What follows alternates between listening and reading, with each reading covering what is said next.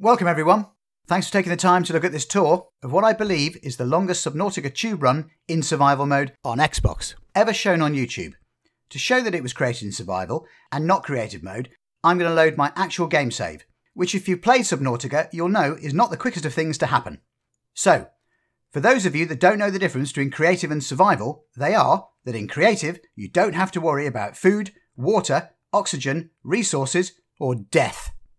In survival mode, you constantly have to worry about all of these things and whether you should risk dying again by all of the above whilst trying to replenish your resources, which relentlessly run out faster than the battery on your phone after spending way too much time on YouTube. Now, to the real question on everyone's mind. Well, hopefully a few people's minds. How did I end up deciding to build, through blood, sweat and tears, a tube run nearly 900 metres down? Well, after almost completing the game on survival and getting ready to action the final part, which I won't explain so as not to give away any spoilers, a voice to my right wished to protect the innocent, which she isn't, I will call my wife. She uttered these immortal words. "I don't want to leave." "What?" I replied. "Well, it's such a great world and so beautiful, I want to stay a little longer. In fact, you know that amazing tree near the beginning of the Lost River?" "Yes," I replied nervously. "Can't you build me a base there so that I can stare at it and watch the beautiful ghost rays circling around it?" Didn't we say we were leaving?" "I know, but I've changed my mind." "Really?" I said. "OK, let's go and take a look." So, once we'd stocked up on food, water, oxygen, and batteries for our phones, OK, that part was a lie, we set off in our mint green Seamoth. Yes, it really is mint green. The journey would take us almost 900 metres down, whilst trying not to be eaten by stalkers, bone sharks, sand sharks, river prowlers, a warper, and even a bloody ghost leviathan. All lovingly created by Unknown Worlds, the developer of this truly wonderful game. Right, off we go. So, we're going to go there and back, running this way through and sea gliding back over the top. And I thought I'd give my thoughts on the game itself as we run along the tubes, through the multi-rooms and down the ladders. So, what makes this game better than most others I've played? Well, for one thing, there's a serious lack of hand-holding. You really are left to fend for yourself with little help and almost no idea of what to do. I literally spent the first couple of hours gasping for air, chasing bloody fish and sucking the water out of the unpleasantly named bladderfish. Awesome. The only way to progress is to explore, but without upgrading your air tanks, crafting a sea glide, you will die. But the payoff is gobsmacking beauty and amazing biodiversity, but always tinged with that ever-present fear that something is going to bite your arse off. The fear is tangible, not horror mind you, just that lingering fear and realisation that you are going to have to go deeper and deeper to unlock the secrets of how to finish this game. And to cap it all, you're alone. Oh God, very alone. There is always the hint of other people around, but you're not quite sure if the developer is dangling them there, just out of reach in front of you, like a carrot on a string. As for combat, there isn't any. You can defend yourself, but there are no bullets, hand grenades, or rockets. Not so much as a pea shooter. I saw a developer interview with Charlie Cleveland, design director, where he said, "In Subnautica, you are no longer top of the food chain." Gee, thanks Charlie. However, the game offers so much in terms of terrain and atmosphere, it's a breath of fresh air to only have to think defensively, and just about your own survival, as opposed to, when am I going to get a bigger gun? Your time in Subnautica just feels so incredibly real, making it through another day alive is a win. And now, we come to our first ladder. Not the biggest, by a long way, but the first proper one. And if we make our way around this corner, and the one coming up, we come to the huge waterfall, and the ladder that took me a long, long time to make. Now, the game is not perfect, however. Oh no. Even on Xbox One X, there are problems. Loading times are shocking, and occasionally it won't even load at all. And draw distance and pop-ups can be terrible, and sometimes the sound throws you a curveball of terrifying music when there isn't anything there at all. But somehow, none of that matters. even when scouring the seabed for resources you can't actually see until you're only 10 metres away, you're left with the feeling, what a bloody amazing game this is. So, there's the nuclear reactor, which I don't use anymore because I've now changed everything over to the thermal plant. And we are now dropping down again.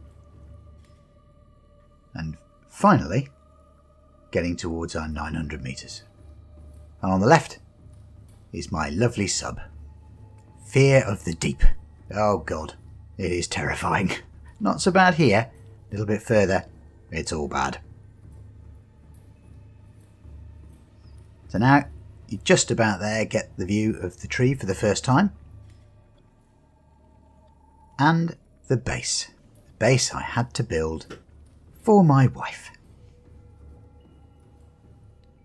And round the corner is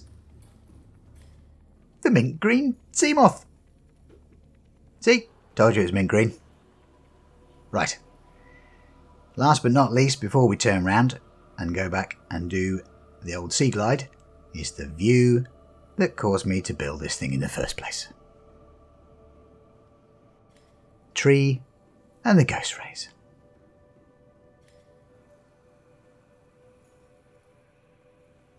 And there it is.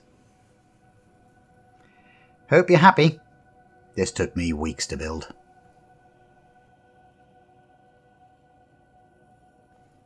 Right.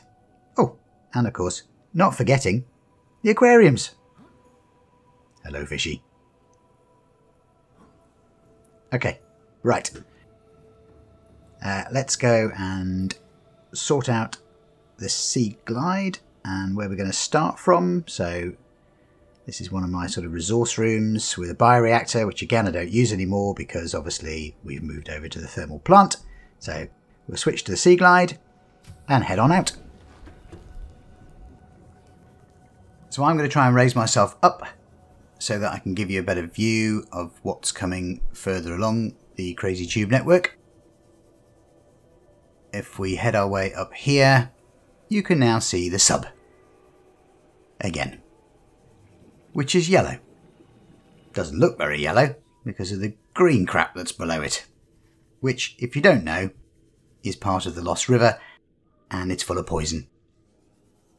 I would highly recommend you don't go in it because if you stay in it too long, you're going to die. It's bad, bad shit in there, it really is. So, if we carry on above, you can see what's coming. You can see the base that's at the bottom of the very, very long waterfall.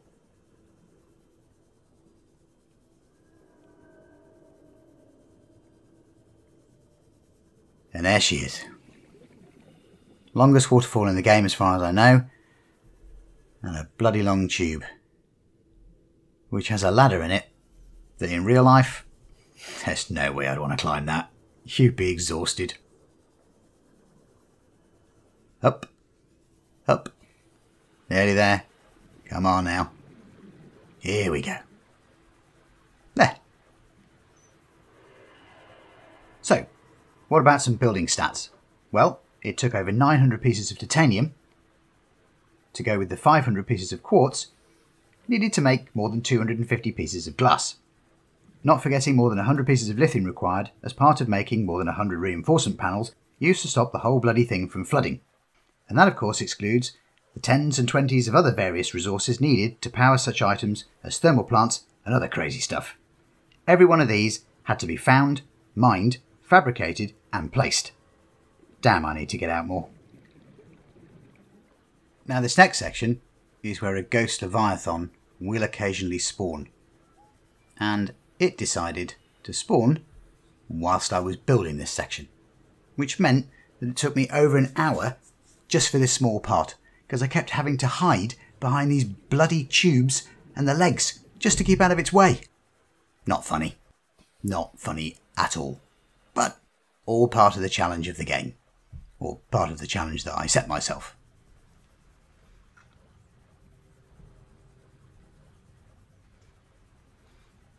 And now we're finally there. Back through a little waterfall and through the weird alien veil, filled with oxygen. And back to where we started. Now, quick, up the secret path to fight the aliens. Not really. Just kidding. I think it's down to us to sort out this mess. But I hope you enjoyed the tour.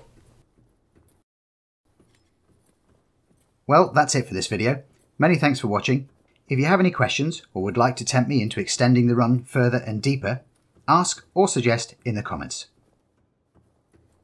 And don't forget to leave a like if you enjoyed the video and maybe even subscribe to see more of what's to come. I'm off to teleport to another dimension. Game Preacher out.